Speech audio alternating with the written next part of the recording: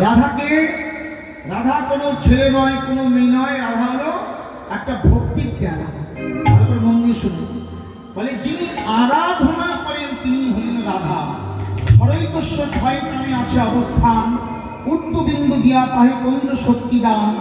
পুরুষ আর প্রকৃতি হইল আধা আধা, বিচারিয়া বর্ধমণি নাম রাখিলেন রাধা।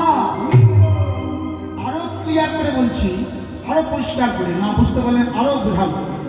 বলছে ঊর্ধ্ব হইতে নিম্নগামী যার নাম ধারা, আর নিম্ন হইতে ঊর্ধ্বগামী তার নাম রাধা।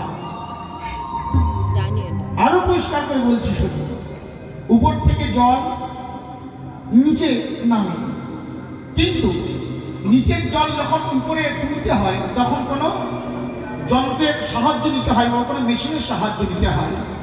ঠিক তেমনি আমাদের শরীরে 7 ফোঁটা রক্ত ধ্যান করে 1 ফোঁটা শক্তিবিন্দু তৈরি হয়। আর এই শক্তিবিন্দু সে আমি, আপনি, আমরা সবাই কিন্তু বেশিরভাগ নামিয়ে দেওয়ার চেষ্টা করি। কিন্তু যে ভক্ত কামবিস কাম গায়ত্রী সাধনা করে সেই শক্তিবিন্দুটাকে শরীর থেকে নিম্নগামী না করে এই সহস্রদল পদ্মে যে ধরে রাখতে পারে তিনি হলেন রাধা। আর ভগবান শ্রীকৃষ্ণ তার চরণে 24 ঘন্টা বাধা। এটাই